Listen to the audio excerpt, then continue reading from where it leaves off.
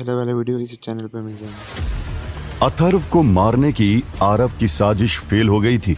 ऐसे में जब समर ने उसे उनकी शादी खराब करने का आइडिया दिया तो आरव बेचैन हो गया और फिर वो दांत पीसते हुए बोला, अगर ये इतना आसान होता तो क्या मैं मर्डरिंग हार्ट पाउडर पाने के लिए इतने पैसे खर्च करता?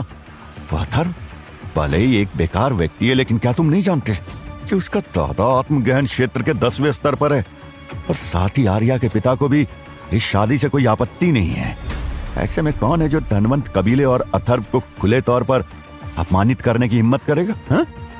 भले युवेन परिवार और बाकी के लड़के एक साथ एकजुट हो जाएं, लेकिन उनके परिवार उन्हें कुछ भी नहीं करने देंगे। और क्या तुमने उस बूढ़े कमीने हितेश को खुद उसकी रक्षा करते हुए नहीं देखा? उसके रहते कोई भी परेशानी कैसे खड़ी कर सकता है? बोलते समय आरव ने अपने हाथ भींच लिए, जिससे हड्डियों के कड़कने की आवाज साफ सुनाई दी। पहली बार जब उसने आर्या को देखा था तो उसे ऐसा लगा था जैसे उसका सामना स्वर्ग की किसी अप्सरा से हुआ हो और वो पहली ही मुलाकात में अपना दिल हार बैठा था। तभी उसने आर्या को अपनी पत्नी बनाने की कसम खाई थी। लेकिन आर्या वास्तव में अब चूरू कबीले के सबसे बेकार व्यक्ति अथर्व से शादी करने जा रही थी। वो ये कैसे होते हुए देख सकता था?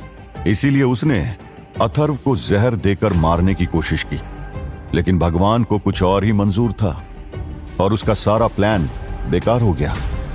समर ने आरव के उदास चेहरे को देखा और कुछ सोचते हुए कहा, बॉस, असल में आपको इतनी चिंता करने की जरूरत नहीं है।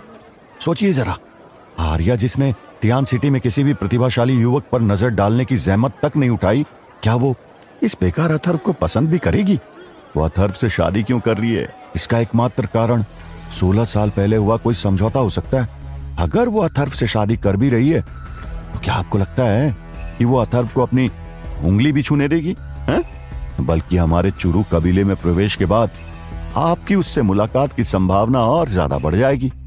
आपकी प्राकृतिक सुंदरता और प्रतिभा की तुलना उस बेकार कचरे से नहीं की जा सकती। और मुझे लगता है कि आर्या से मुलाकात के बाद आप उसे प्रभावित करने में सक्षम होंगे। समर की बातों को सुनकर आरव की उदासी धीरे धीरे कम होने लगी और उसकी आंखें सिकुड़ने लगी। उसने अपनी नाक खुजलाते हुए फुसफुसाया, वैसे तुमने बात तो पते की है। ऐसा लगता है कि उस बेकार आदमी को जहर देकर ना मार पाना भी हमारे लिए अच्छा ही हुआ। दूसरी ओर जैसे ही अथर्व बाहर निकला, उसने एक लाल कालीन की लंबी कतार देखी जो उसके दरवाजे के प्रवेश द्वार से शुरू होकर धनवंत कबीले की दिशा में